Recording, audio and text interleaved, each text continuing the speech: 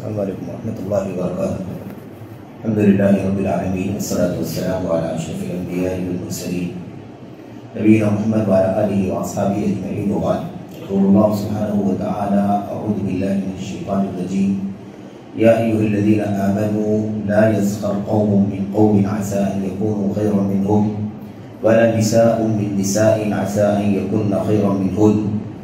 ولا تلمزوا انفسكم ولا تنابزوا بالالقاب بئس الاسم الفسوق بعد الايمان ومن لم يتب فاولئك هم الظالمون۔ آیت کریمہ میں اللہ سبحانہ و تعالی نے بعض ان مذموم اخلاق اور ایسے ہی صفات کا تذکرہ فرمایا ہے جن کی وجہ سے مسلمانوں کے درمیان، مسلم سماج میں، سوسائٹی میں، ایک سرکل میں رہنے والوں کے درمیان، اسی طرح سے دوست احباب میں، بسا اوقات گھر کے لوگوں میں آپس میں نفرت اور دشمنی کا ماحول بنتا ہے۔ اس آیت کریمہ سے پہلے والی آیتوں میں اللہ تبارک و تعالیٰ نے اختلاف اور جھگڑے اور آپس میں مار پیٹ وغیرہ یا ایسے ہی لڑائی بھڑائی وغیرہ کا تذکرہ فرمایا، اس سے منع فرمایا، اس میں اصلاح کرنے، عدل و انصاف کا فیصلہ فرمانے کا حکم دیا۔ تو اب اس آیت کریمہ میں اور اس کے بعد والی آیت کریمہ میں، ان دونوں میں اللہ تعالیٰ نے ان مذموم صفات کا، مذموم اخلاق کا یا ایسے ہی برے خصائل کا تذکرہ فرمایا ہے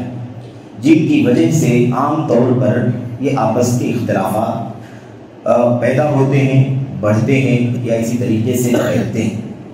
اس حوالے سے اللہ تبارک و تعالیٰ نے بیان فرمایا یا ایھا الذین آمنوا، ایمان والوں کو مخاطب کر کے اللہ عز و جل نے فرمایا لا یسخر قوم من قوم عسى ان یکونوا خیرا منهم، کوئی قوم کسی قوم سے، کوئی قوم کسی قوم کا ٹھٹھا نہ کرے، سخریہ نہ کرے، مذاق نہ اڑائے، ان کی تحقیر نہ کرے، انہیں نیچا دکھانے کی کوشش نہ کرے۔ ایسے ہی عورتیں دوسری عورتوں کا مذاق نہ اڑائیں، ان کا سخریہ نہ کریں، ٹھٹھا نہ کریں، تحقیر نہ کریں۔ اللہ تعالیٰ نے پہلے فرمایا ہو سکتا ہے کہ وہ مرد جو مذاق اڑانے والے ہیں اور جن کا مذاق اڑا رہے ہیں وہ ان سے بہتر ہوں جو مذاق اڑا رہے ہیں، اور یہ عورتیں جو مذاق اڑا رہی ہیں، ٹھٹھا کر رہی ہیں دوسری عورتوں کا، ایسا ہو سکتا ہے کہ یہ جن کا مذاق اڑا رہی ہیں وہ زیادہ بہتر ہوں، افضل ہوں ان لوگوں سے جو مذاق اڑانے والی ہیں۔ یہ آیت کریمہ کا پہلا حصہ ہے جس میں ایک بات سخریہ، ٹھٹھا، ہنسی مذاق، دوسرے کی تحقیر کرنا، اپنی بڑک پن کا، اپنے اونچے پن کا اظہار کرنا، کبر کرنا، غرور، تعلی وغیرہ کا اظہار کرنا، ان باتوں کا تذکرہ اللہ تبارک و تعالیٰ نے فرمایا ہے۔ آپ دیکھیں کہ عام طور پر قرآن کریم کی آیات میں، اسی طرح سے نبی کریم صلی اللہ علیہ وسلم کی حدیث میں کسی بات کا حکم دیا جاتا ہے تو اس میں مرد بھی اور خواتین بھی مراد ہوتے ہیں۔ ایسے ہی کسی بات سے منع کیا جاتا ہے تو اس ممانعت میں بھی جیسے مرد مخاطب ہوتے ہیں ایسے ہی خواتین بھی، عورتیں بھی مخاطب ہوتی ہیں۔ لیکن یہاں اگر آپ آیت کریمہ پر غور کریں تو اللہ تبارک و تعالیٰ فرماتا ہے کوئی قوم کسی قوم کا مذاق نہ اڑائے، ہو سکتا ہے کہ وہ ان سے بہتر ہوں، مذاق اڑانے والوں سے بہتر ہوں وہ لوگ جن کا مذاق اڑایا جا رہا ہے۔ قوم کہا گیا، قوم کا لفظ جب بھی استعمال کیا جاتا ہے جس کے اندر مرد اور خواتین دونوں یکساں مخاطب ہوتے ہیں، یعنی قوم کا مطلب ہے ایک جماعت، کچھ لوگوں کا مجموعہ جن کے اندر مرد بھی ہوں اور ایسے ہی خواتین بھی ہوں، دونوں طبقوں کا مجموعہ جو ہے وہ قوم کہلاتا ہے۔ لیکن یہاں پر اس آیت کریمہ میں قوم سے مراد صرف اور صرف مرد ہیں۔ کوئی قوم کسی قوم کا مذاق نہ اڑائے، یہاں معنی ہے مرد کسی مرد کا مذاق نہ اڑائے یا کچھ مرد کچھ دوسرے مردوں کا مذاق نہ اڑائیں۔ کیوں؟ اس لیے کہ آگے مستقل طور پر اللہ تبارک و تعالیٰ نساء، عورتوں کا تذکرہ فرما رہا ہے وَلَا نِسَاءٌ مِّن نِّسَاءٍ عَسَىٰ أَن يَكُنَّ خَيْرًا مِّنْهُنَّ، نہ ہی عورتیں دوسری عورتوں کا مذاق اڑائیں، اس لیے کہ ممکن ہے کہ وہ ان سے بہتر ہوں جن کا مذاق وہ اڑا رہی، ٹھٹھا کر رہی۔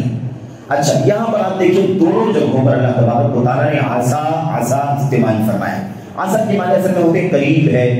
امکان ہے، اس طرح کے معنی میں عام طور پر یہ لفظ استعمال ہوتا ہے عربی زبان کے اندر۔ لیکن یہاں جو قرآن کریم کی آیتوں میں اس طرح کا سیاق ہو اور استعمال ہو اور اللہ تبارک و تعالیٰ کوئی بات، کوئی حکم، کوئی فیصلہ فرما رہا ہو، یعنی کسی قوم کی حکایت نہ ہو، یعنی کسی قوم کا یا کسی کا کوئی بیان نقل نہ کیا جا رہا ہو، بلکہ رب ذوالجلال خود کوئی بات اپنی طرف سے کہہ رہا ہو، تو حضرت عبداللہ بن عباس رضی اللہ تعالیٰ عنہ جیسا کہ بیان فرمایا ہے کہ قرآن کریم میں عصا جو ہوتا ہے اللہ تبارک و تعالیٰ کی طرف سے وہ یقین کے معنی میں ہوتا ہے، یقین کے معنی میں ہوتا ہے، غالب کے معنی میں ہوتا ہے۔ تو معنی کیا ہو گیا؟ عسیٰ ان یکون خیرا منہم، مردوں کا مذاق نہ اڑائیں، یقین ہے، زیادہ امکان ہے، غالب امکان ہے کہ وہ مرد جن کا مذاق اڑایا جا رہا ہے وہ مرد بہتر ہوں ان سے جو مذاق اڑانے والے۔ تو عصا کا معنی یہاں پر اس معنی میں نہیں ہے قریب ہے یا بہت معمولی انداز میں ممکن ہے، ہو سکتا ہے، اس معنی میں نہیں، زیادہ امکان ہے، غالب ہے، یقینی طور پر بھی ممکن ہے کہ جن کا مذاق اڑایا جا رہا ہے وہ بہتر ہوگی مذاق اڑانے والوں سے۔ ایسے اللہ تبارک و تعالیٰ فرماتا ہے عورتیں عورتوں کا مذاق نہ اڑائیں، اور یہاں پر بھی اللہ تعالیٰ نے فرمایا عسیٰ ان یکن خیرا منہن، زیادہ امکان ہے، غالب امکان ہے، قوی امکان ہے، یا پورے طور پر بھی ممکن ہے کہ وہ ان سے بہتر ہو جن کا مذاق اڑایا جا رہا ہے، وہ عورتیں ان سے بہتر ہو جو مذاق اڑا رہی ہیں۔ تو بہرحال یہ اللہ تبارک و تعالیٰ کے کلام کا صریح انداز ہے، بالکل ستھرا انداز، صاف لب و لہجے میں اللہ تبارک و تعالیٰ فرماتا ہے، اس میں کوئی پیچیدگی نہیں، کوئی الجھن نہیں۔ اللہ تعالیٰ نے یہ بات یہاں پر بیان فرما دی ہے کہ مذاق اڑانا یہ مذموم چیز ہے، قابل مذمت ہے۔ ایمان والوں، کوئی کسی کا مذاق نہ اڑائے، نہ کوئی مرد کسی مرد کا مذاق اڑائے، نہ کوئی عورت کسی عورت کا مذاق اڑائے۔ آپ اس کو دونوں میں آپس میں بھی ہم تبدیل کر لیں کہ کوئی مرد کسی عورت کا مذاق نہ اڑائے، کوئی عورت کسی مرد کا مذاق نہ اڑائے۔ اس کے اندر خاص طور پر یہ بات داخل ہے کیونکہ جب ایک ہی طبقے کے دو فریقوں کے درمیان ایک چیز سے منع کیا جا رہا ہے تو وہ دونوں طبقے بھی ایک دوسرے کے ساتھ اس حکم کے مخاطب ہیں، یعنی مرد مردوں کا مذاق نہ اڑائیں، عورتیں عورتوں کا مذاق نہ اڑائیں، سخریہ اور ٹھٹھا نہ کریں۔ اسی طرح سے مرد عورتوں کا مذاق نہ اڑائیں، مومن مرد مومن عورتوں کا مذاق نہ اڑائیں، ایسے ہی مومن عورتیں مومن مردوں کا مذاق نہ اڑائیں، ٹھٹھا نہ کریں۔ یہ گویا کہ اللہ تبارک و تعالیٰ کے کلام میں اس بات سے منع کیا جا رہا ہے۔ خاص بات جو بیان کی جا رہی ہے وہ کیا ہے؟ آدمی مذاق کب اڑاتا ہے؟ جب وہ اپنے آپ کو اونچا سمجھتا ہے، سامنے والے کو حقیر سمجھتا ہے، یا حقیر ثابت کرنا چاہتا ہے، اس کی تحقیر کرنا چاہتا ہے، ازدراء یعنی اسے پست اور معمولی ثابت کرنا چاہتا ہے، تو احتقار یا استصغار چھوٹا ثابت کرنے کے لیے اور اپنے آپ کو اونچا اور بڑا ثابت کرنے کے لیے یہ حرکت، یہ رویہ آدمی اختیار کرتا ہے۔ تو اسی لیے یہاں پر آپ دیکھیں اللہ تعالیٰ نے یہ بات دونوں جگہ بیان فرمائی کہ آخر مذاق کیوں اڑایا جاتا ہے، کیوں مذاق کوئی مرد کسی مرد کا اڑائے گا، کوئی عورت کسی عورت کا اڑائے گی، جب یہ ممکن ہے نا، زیادہ امکان ہے، کبھی امکان ہے کہ وہ زیادہ افضل ہو، ان سے بہتر ہو، تو ایسا کیسے ممکن ہے، کیسے درست ہو سکتا ہے کہ ایک مفضول یا خود اپنے آپ میں نیچا اور پست آدمی مرد کسی اونچے مرد کا مذاق اڑائے؟ بھئی ہم مذاق اڑا، اس کا مطلب ہم بڑا سمجھتے ہیں، اپنے آپ کو اونچا سمجھتے ہیں، تو کیوں ایسا کرتے ہیں؟ کیا اس بات کا کبھی امکان نہیں ہے کہ جس کا مذاق اڑایا جا رہا ہے وہ بہتر ہو؟ اس ایسی عورتوں کو بھی سمجھایا گیا۔ تو اس میں ایک بات یہ بتائی جا رہی ہے کہ سخریہ، ٹھٹھا، ہنسی، مذاق، کھلی اڑانا، کسی کو معمولی سمجھنا، کسی کو بے عزت کر دینا، کسی کو رسوا کر دینا، یہ جو حرکتیں ہیں انسان اسی وقت کرتا ہے جب اس کے یہاں کبر پایا جاتا ہے، جب اس کے یہاں اونچا پن پایا جاتا ہے، وہ کہیں نہ کہیں محسوس کرتا ہے اپنے اندر اس کے جراثیم محسوس کرتا ہے، یا مثال کے طور پر اس طرح کا ماحول وہ اپنے بارے میں پاتا ہے کہ وہ اونچا ہے اور سامنے والا اس کے سامنے والا جو وہ نیچا ہے، معمولی ہے، حقیر ہے۔ اچھا، عام بات مفسرین کہتے ہیں اللہ تبارک و تعالیٰ نے کوئی شرط نہیں لگائی کہ فلاں وجہ سے کوئی کسی کو حقیر نہ سمجھے، بھئی فلاں مالدار ہے دوسرا غریب ہے اس لیے وہ اس کا مذاق نہ اڑائے، فلاں برادری کا ہے دوسرا دوسری برادری کا اس لیے وہ اس کا مذاق نہ اڑائے، یا مثال کے طور پر فلاں شخص علم والا ہے دوسرا شخص کم علم ہے یا جاہل ہے اس لیے وہ اس کا مذاق نہ اڑائے۔ کوئی تفریق نہیں کی اللہ تبارک و تعالیٰ نے، صرف یہ فرمایا کہ کوئی مرد کی جماعت کسی مرد کی جماعت کی مذاق نہ اڑائے۔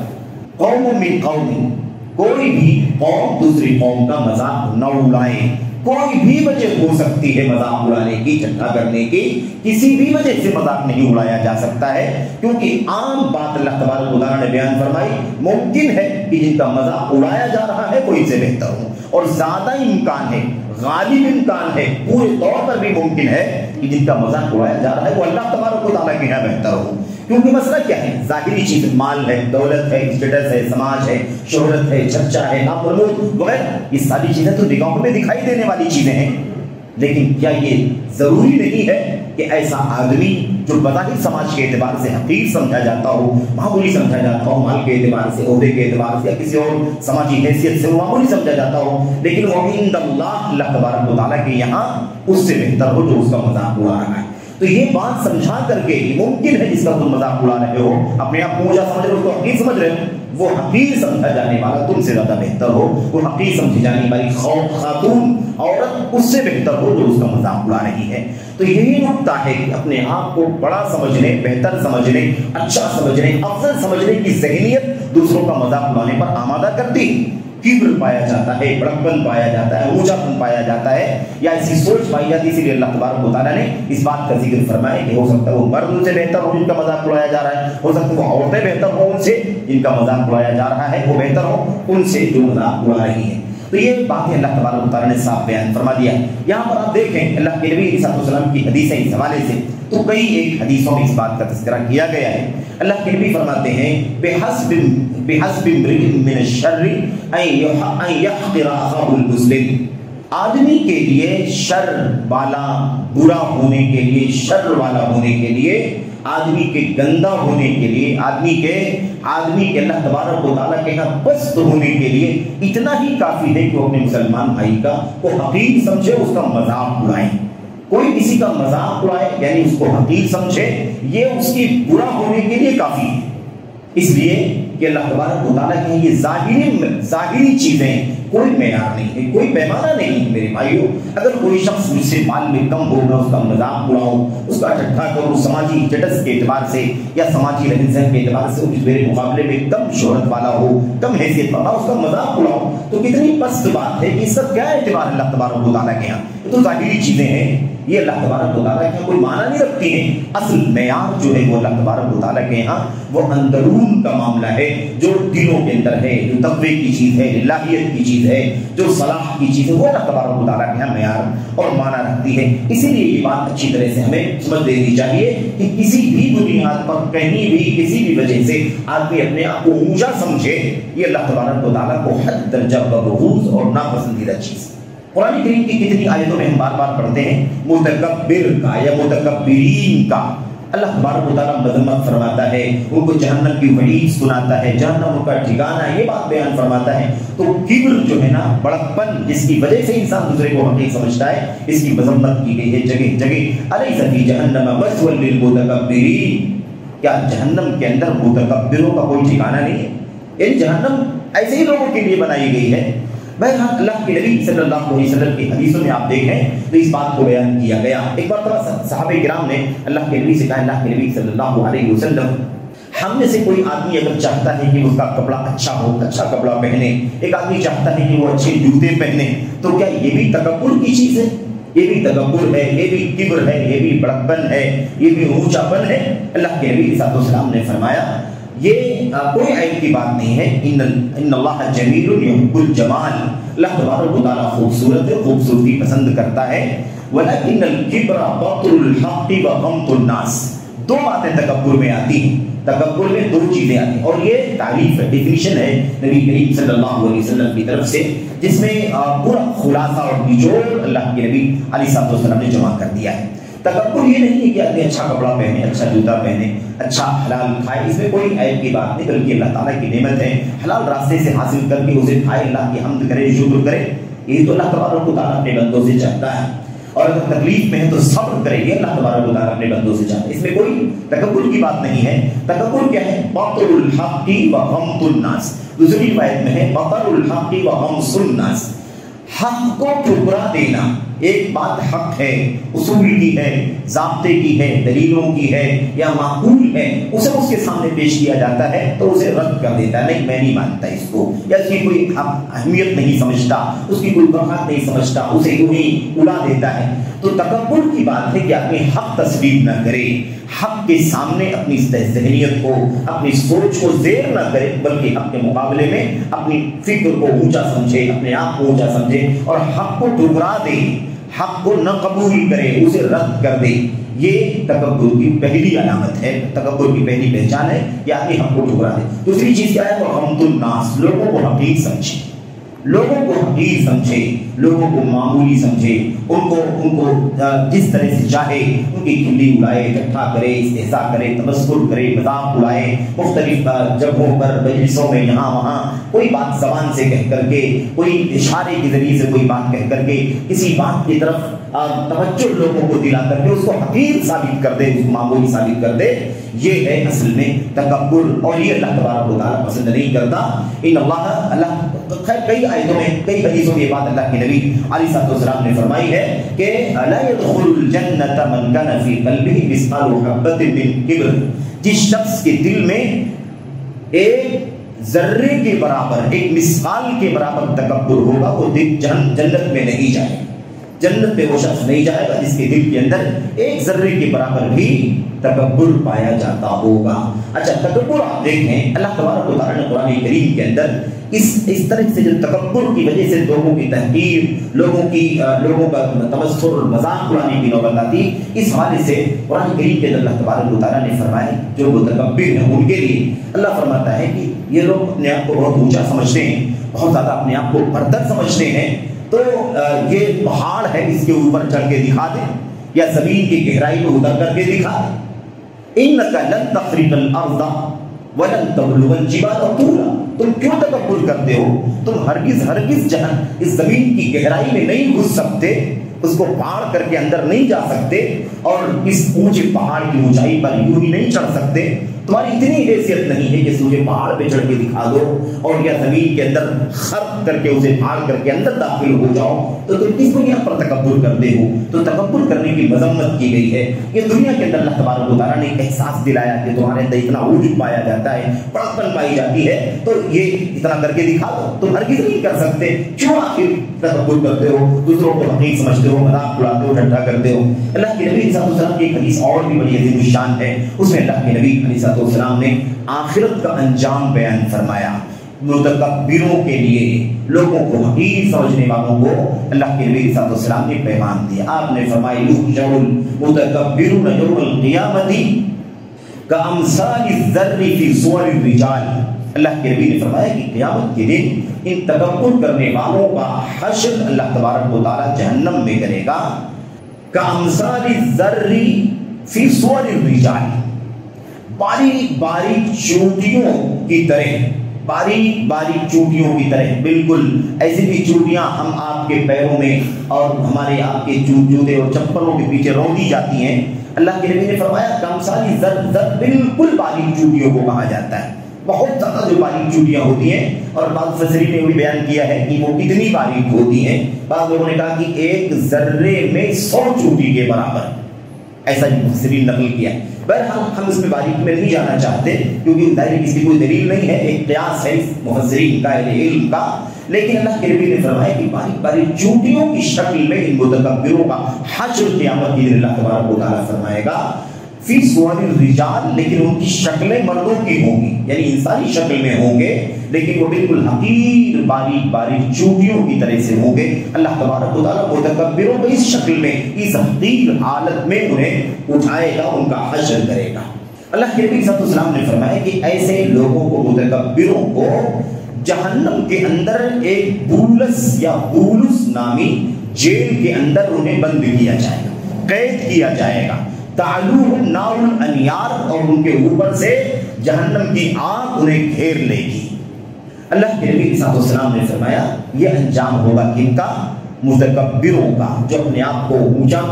اور دوسروں کو معمولی اور حقیر سمجھتے ہیں، اس لیے ان کا ٹھٹھا اور مذاق اڑاتے ہیں، تمسخر کرتے ہیں، مرد مردوں کا، عورتیں عورتوں کا، یا ایسے ہی آپس میں مرد عورتوں کا یا عورتیں مردوں کا مذاق اڑاتی ہیں کسی بھی وجہ سے، تو یہ ان کا حشر ہوگا۔ مفسرین کہتے ہیں الجزاء من جنس العمل کے قبیل سے یہ سزا ہے، جیسا جرم ہے اسی انداز کی سزا ہے۔ تکبر کے اندر بڑکپن، اونچاپن، غرور، گھمنڈ اور تعلی پائی جاتی ہے، اس کی سزا اللہ تبارک و تعالیٰ نے اس کے برعکس انداز میں دی۔ اونچا سمجھتا تھا، بالکل نیچا بنا کر کے اسے اللہ تبارک و تعالیٰ نے اٹھایا۔ تو قیامت کے دن اللہ تبارک و تعالیٰ ایسے متکبروں کو جو لوگوں کو حقیر سمجھتے ہیں، ذلیل سمجھتے ہیں، یا لوگوں کا ٹھٹا مذاق اڑا کر کے ان کی تحقیر کرتے ہیں، ایسے لوگوں کا حشر اللہ تبارک و تعالیٰ کام ساری ذر باریک باریک چوٹیوں کی طرح سے۔ تو مقصد یہ ہے، پیغام یہ ہے اس آیت کریمہ کے اندر کہ ہم میں سے کوئی بھی کسی کا مذاق نہ اڑائیں۔ ہم اہل ایمان ہیں، مرد ہوں یا ہماری مائیں بہنیں ہوں، کوئی مرد کسی مرد کا مذاق نہ اڑائے،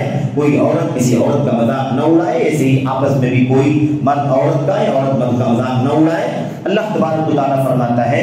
زیادہ امکان ہے، قوی امکان ہے، یقینی بات ہے کہ وہ جن کا مذاق اڑایا جا رہا ہے وہ ان سے بہتر ہو سکتے ہیں۔ تو ہمیں کیسے حق پہنچتا ہے کہ ہم مذاق اڑائیں؟ کسی کو حق کیسے پہنچتا ہے کہ کوئی کسی کا مذاق اڑائے؟ پھر مجموعی طور پر سب کے سب تو اللہ تبارک و تعالیٰ کے غلام ہیں، اللہ تبارک و تعالیٰ کے بندگان ہیں، سب کے سب، کوئی اونچا ہے بظاہر، کوئی نیچا ہے بظاہر، لیکن غلامی میں، بندگی میں اللہ تبارک و تعالیٰ کے سامنے سب ایک درجے کے ہیں۔ آدم کی اولاد ہونے کے اعتبار سے سب ایک ہیں، وآدم من تراب، اور آدم کی پیدائش